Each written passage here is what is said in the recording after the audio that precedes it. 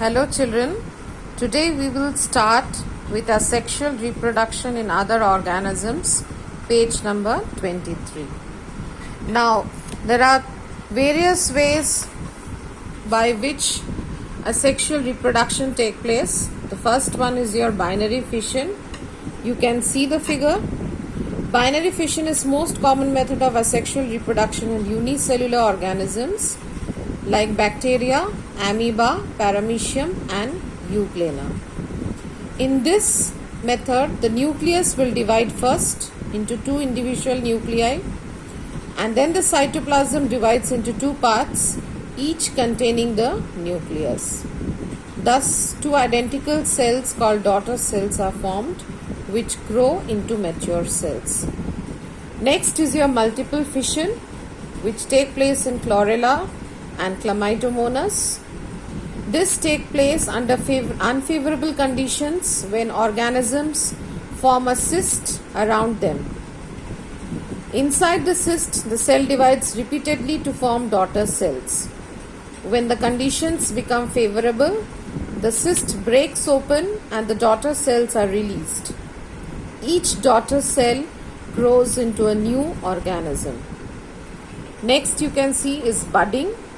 In budding, a small outgrowth called bud develops on the body of the parent organism. The nucleus divides into two. One nucleus migrates into the bud. The bud grows and develops into a new organism. After that, it detaches from the parent and leads an independent life.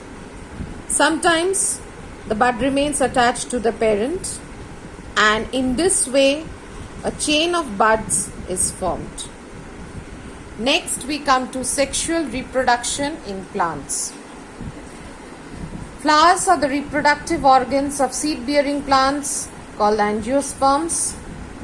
Most flowers have four layers of whorls, which are calyx, corolla, androecium and gynoecium. They are arranged in a definite order on a fleshy base called thalamus or the receptacle. You can see the thalamus. Calyx, the outermost whorl of the flower, which consists of green leaf-like structures called the sepals. Corolla, second whorl, which consists of brightly colored petals. Androecium, third whorl, it is the male reproductive part of the flower and consists of stamens. Each stamen has two parts, a long stalk called filament and a swollen structure at the tip of the filament called anther. Anthers produce hundreds of very small structures called the pollen grains. Each pollen grain contains two male gametes. Gynoecium, it is the innermost whorl of the plant.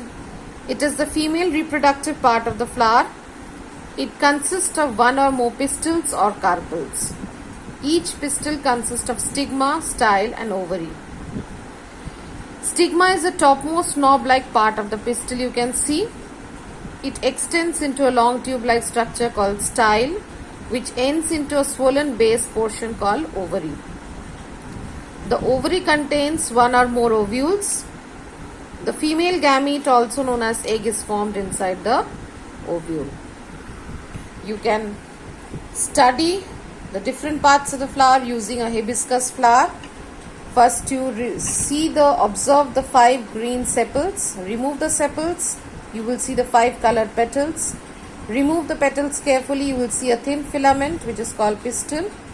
Observe the tip of the pistil. You will see a knob-like stigma, 5 in number.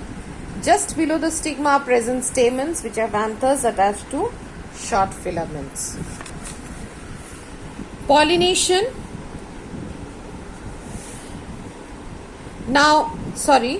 After you remove the stamens, you slit open the style from the base using a blade. You observe the ovary and the ovules. Next we come to pollination. Now what is pollination? Fertilization will take place only when the male gamete fuses with the female gamete. So for this we need to transfer the pollen grains from the anther of the flower to the stigma of the same or another flower by the process called pollination. It takes place naturally or artificially. Natural pollination take place in two ways. Self-pollination, when the pollen grains are transferred from an anther to the stigma of same flower or another flower of the same plant. Cross-pollination, when pollen grains are transferred from the anther to the stigma of a flower on another plant of the same species. External agents are required for cross-pollination to take place. Now, pollination by insects, like flowers like your rose, poppy, marigold, dahlia, salvia, they are large, brightly colored, have sweet nectar and are scented. Pollen grains are usually rough and sticky and stick to the body of the insect. For pollination by wind, you can see the flowers are dull and small, usually unisexual. Pollen grains are light, smooth and dry. The pollens are produced in large quantities. Stigma is large and well exposed to receive pollen grains. Anthers are long and protrude outside the flower so that the pollen may get blown away easily. Pollination by water. Flowers have to be light so that they can float easily. They do not produce nectar. They produce pollen grains in large quantities.